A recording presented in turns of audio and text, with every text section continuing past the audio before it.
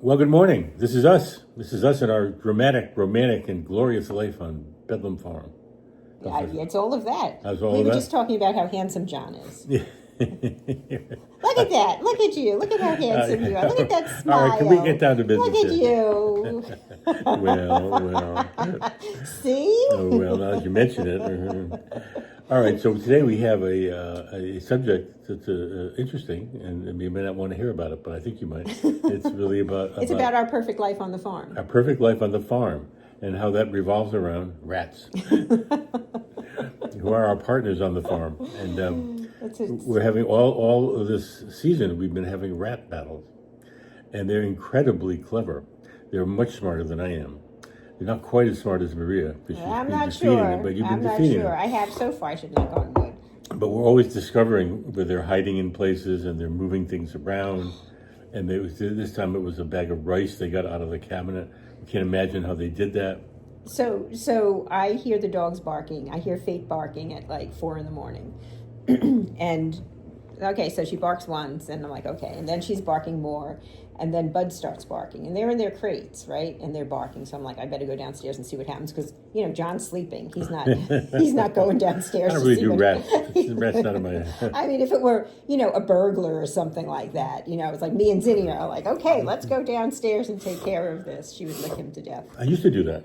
You used to do it. I know. Yeah, When I was young. Anyway, all right. So I go downstairs and I let the dogs out, and Bud runs right over to the garbage pail where there's a big bag of rice that's been ripped open, and the cabinet's open. It was on the top shelf of the cabinet. This cabinet hanging on the wall, so they had to jump up onto the floor cabinet and then climb the shelves and bring this big bag of rice. And you think, how big is this rat to carry this bag of rice around? It's split open and there's mess all over the place. And then I follow its trail, and it's behind the cabinet, and it's under the cabinet. And what was the trail? What was the trail? The trail was the rice, and so I'm trying to clean up the spilled rice, and it's going under the cabinet. So our cabinets are movable because they were made in 1956 by the guy who lived here. They're not attached to anything. And so I move the cabinet away from the wall, and underneath the cabinet is a dog bone, a dog treat that's half eaten, and a protein, and the wrapper of a protein bar.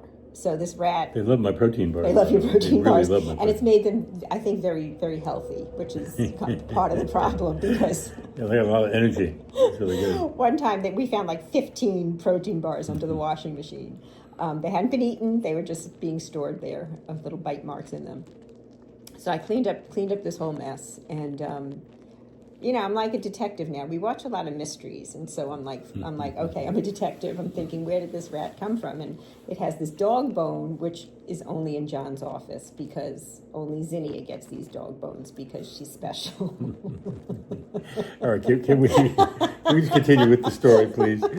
So as I'm walking into John's office, I see that the pipe that comes up from the baseboard the metal has been kind of pushed aside, and there around the pipe is, there's a hole that it comes through, and there's a little space, maybe this big. I'm like, okay, that's a space a rat could get up. So I stick some steel wool in there, because they can't eat through steel wool. And then I go into John's office, because I know the rat was in John's office.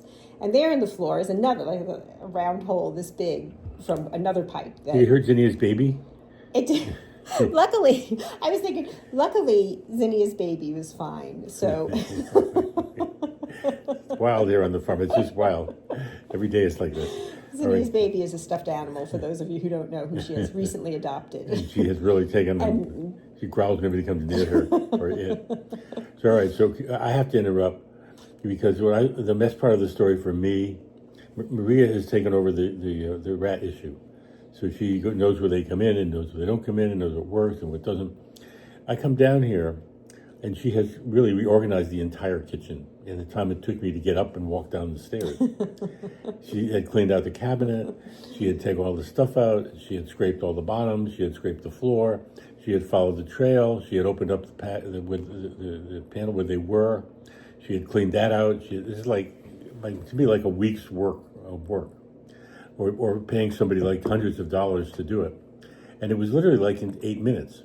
hopping up and down on chairs. Well, you were asleep for part of it, so. I was not asleep. I was coming downstairs. I was just really walking down the stairs. Couldn't have been 5 minutes. And the whole room was completely reorganized. And that means it's a lot of cleaning.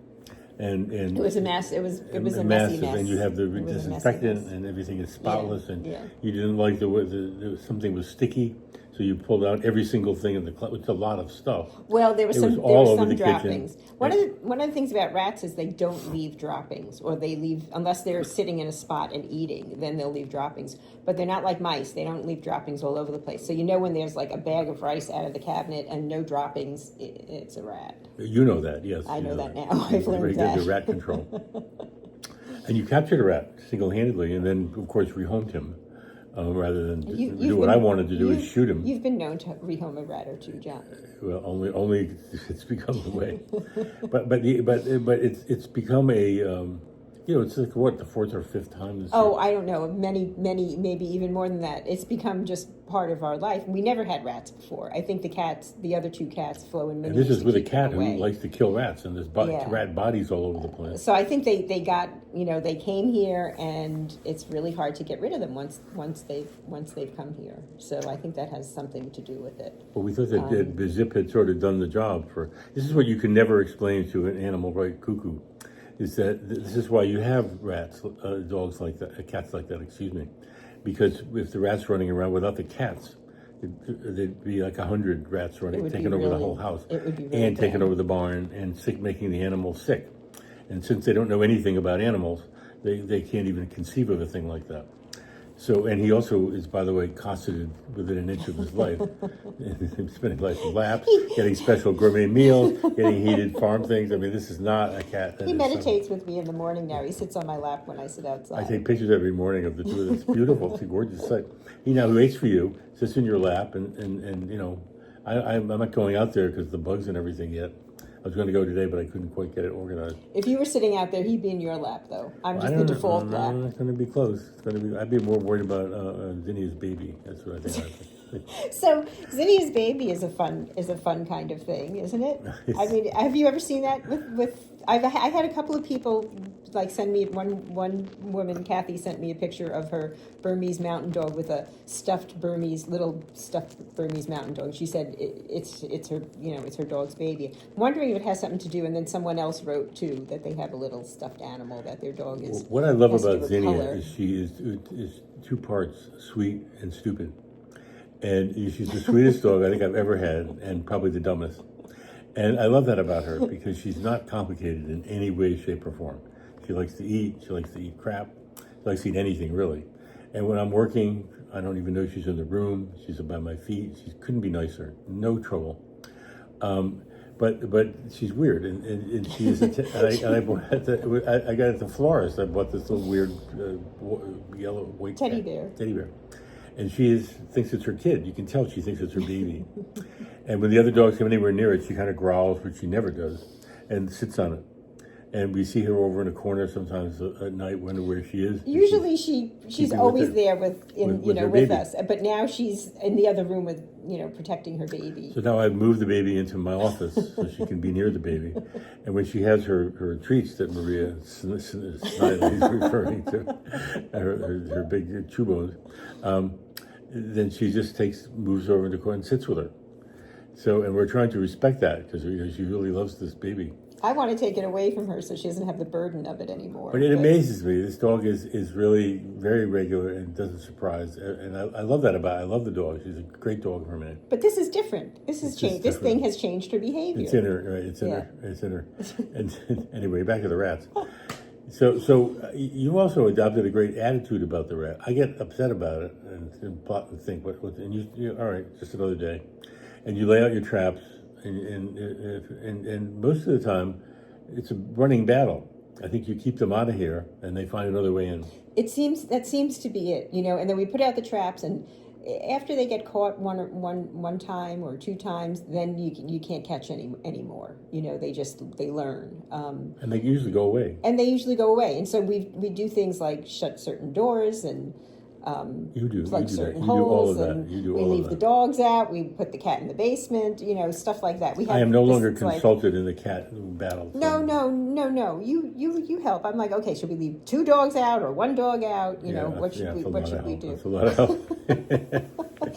I can't imagine you doing it without me, really. You want to put poison down. I'm trying every. I don't want to. I'm trying to I never. avoid I have that. not wanted ever to do poison, but I would love It's to bad, poison and these guys. I know, but I'm afraid of what would happen to the other animals on the So farm poison if is they out. had. Yeah. And also, I'm sure they'll poison be was around. rehomed courteously and gently when they're caught, which they're not I killed. I don't mind killing them as long as it's quick. They take it within a close range of returning, and then thanks for their time. But it's just part of life. You know what I mean? It's become part of life. Everybody I know here has dealt with rats, and certainly everybody with a farm, because rats love farms, because all kinds of crap for them to eat. And we are getting pretty savvy about it, really, especially you, I have to say. We're getting to know rats, and they are very smart. I mean, it's all over by the time I get downstairs. I mean, for all my... You got to be a little quicker, mister. You got to be a little. Yeah, I know. I could not believe the other day you had moved everything in every cabinet around, done the floors of every cabinet, and scraped, and we were putting them back by the time I got down the stairs. If you got here quicker, you'd have to help. And you hop up and down on these chairs like a rabbit, because you're like a tiny person. And so you can't quite sit normally. So All right. Well, you could be there reaching the top shelf. I but wouldn't have why time. don't I would you? have to. I'd get up ahead of you. I have to go to the bathroom. It's all over. So, but I think I was interested in it about it because in New Jersey, where I was living, or New York, having a rat would have been a horror. I mean, people would have gone crazy. They would have had crews coming and spending a fortune on exterminators and special food, and it's part of life. Yeah. And I think I always laugh when I get a message like once a week from somebody says, "Oh, you have the perfect life. You have the life that I want." And I always laugh. We have a very good life, but there is no perfect life. Everybody's life has its little storms and troubles, and in a farm you have a lot of them. Because if it's not the rats, it's the mice, and if it's not the mice, it's the mites, and if it's not the mites, it's birds attacking you and your dog because they're having babies. So you can't go out of the house without somebody dive bombing you. And I was thinking the other day, we had these babies in the barn. Every time I went out to take pictures, they dive bomb me. They come buzzing into my head, and I just okay, that's just. You just kind of accept it. I kept taking the pictures. Yeah. I would duck, like Zap does. And they never hit me or hurt me or anything. You just get used to it. But I think those things are really interesting because those are the things most people are disassociated from. And what perfect life is one that includes trouble and challenge. It's not a life that doesn't. And I think the satisfaction comes every time they're gone. We feel good. Okay, we got it. We beat him this time. We know they're going to come back, and we'll be ready when they're back. At least some of us will be. So I think you see here we are laughing about it. I would not be laughing about rats in the previous. No, and you know what? When it first happened, which was I guess I don't know how long, a year ago maybe. We were horrified at these rats, being in the house. Remember the first time we saw one was you were in the bathroom and one ran over your foot. Close to heart attack. Close to heart attack. And you caught him. Yeah, that was a messy one. With Bud's help, that was a messy one. Yeah, that was a messy one. And he'd been living in the refrigerator. That one was another one. We had traps. I mean, we've done everything. But at this point, it's like, okay, yeah, rats. Just a rat. They're just part. And when we catch them and they have a heart trap, and you look at them, they're pretty cute. Yeah, they're pretty cute. Some people love them as people pets. have them as pets. They have them clean their teeth. And then this guy shows up to do our annual checkup on our heater downstairs, and he's an upstate kind of guy, by which I mean what's the word to describe him? Well, he's different. He's not like meticulous.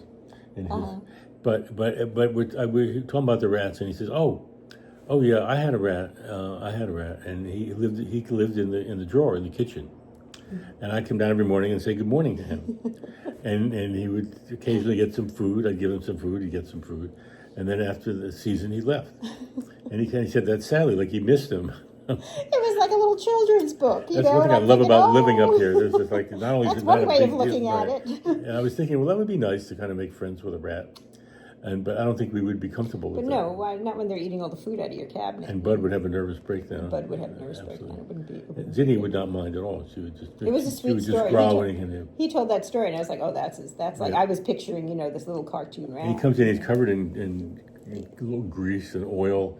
He loves the dogs. The Oh, dogs they love him, and he's a very sweet man. He does a great job. Man. He's really. But he tells us this story about how his rat Yeah. lived in the kitchen with him, and he thought that was great. Yeah, what's a different way of looking at it? It's definitely a different way of looking at it. It's not really our way. All right, so I guess we've covered our rat ground for today.